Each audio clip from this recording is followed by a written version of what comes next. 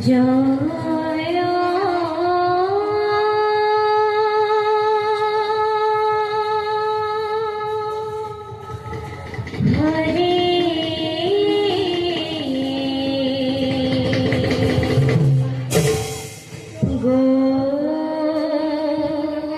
গোবিন্দ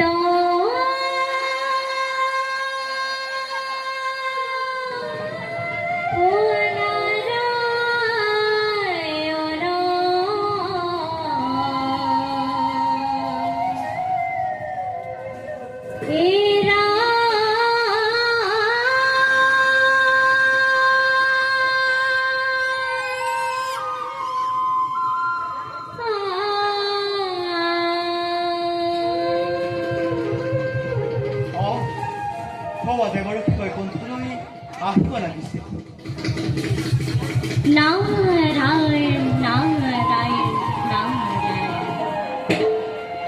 ও গে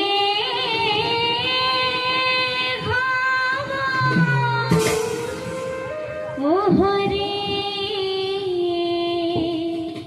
ৰাম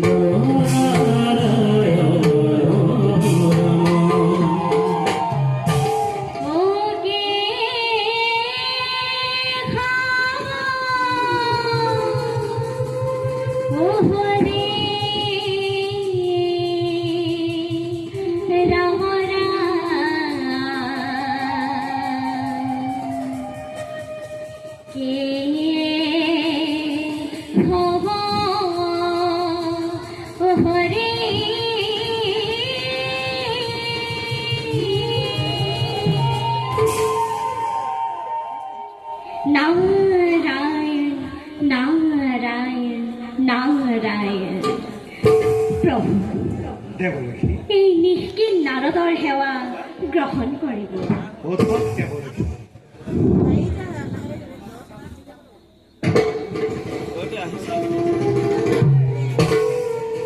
প্ৰভু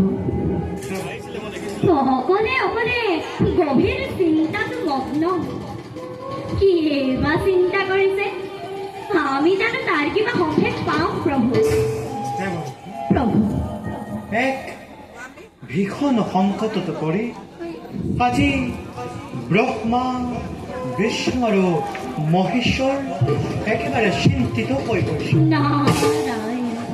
শুনক প্ৰভু কিছুদিনৰ পিছত পৃথিৱীত মহাপ্ৰলয়ৰ ঘোষণা হ'ব চাৰিওফালে কেৱল পানী পানী পানী হ'ব পৃথিৱী বুলিবলৈ একোৱেই নাথাকিব দেৱৰক্ষী এই সময়তে যে দৈত্য দানৱবিলাক একেবাৰে ভয়ংকৰ হৈ উঠিব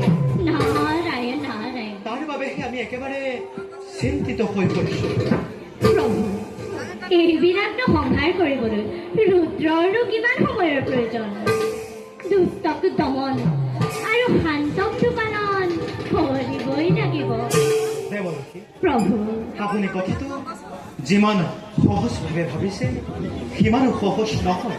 নাৰায়ণ কাৰণ এবাৰ ধ্বংস হৈ যোৱা পৃথিৱী পুনৰ গঢ়টো ইমান সহজ নহয়। অৱশ্যে ঠিকেই, এই মহাপ্ৰলয়ত পৃথিৱীত কোনো বাচি থাকিব নোৱাৰিব। থাকিব দেৱকী, প্ৰভু এজন মহাধৰ্মিক থাকিব।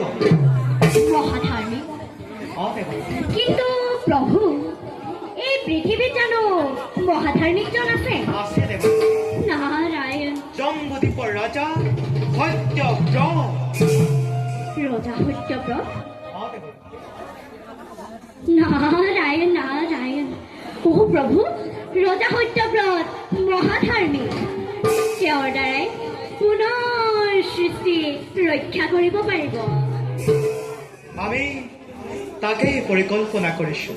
প্ৰভু মাথো সময়ত আমাক বুদ্ধি ভৰসা দিবলৈ আহি থাকিব। নাৰায়ণ নাৰায়ণ। বাৰু যাওঁ, এতিয়া এই বাৰ্তা নৰসমাজক ত্যাগ কৰোঁ। হৰি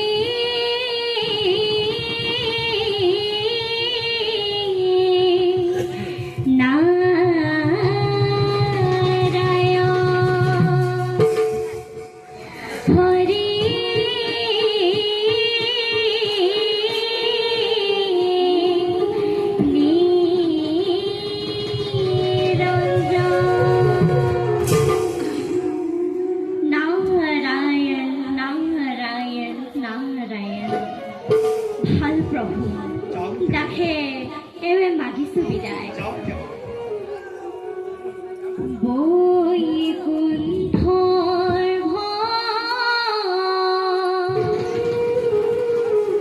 বনে হৰি দেখিলো নয়নে,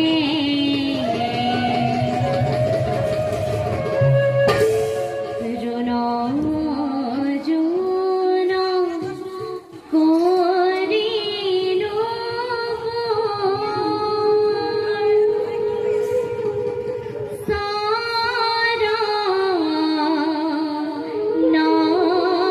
চৰণ বাজে, জোন জোন হৰি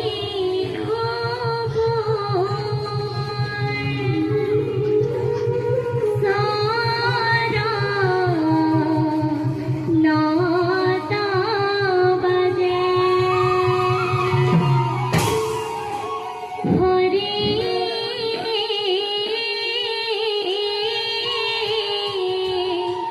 নাৰায়ণ,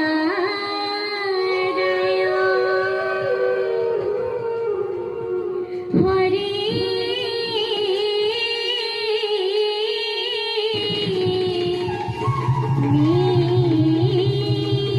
নিৰঞ্জন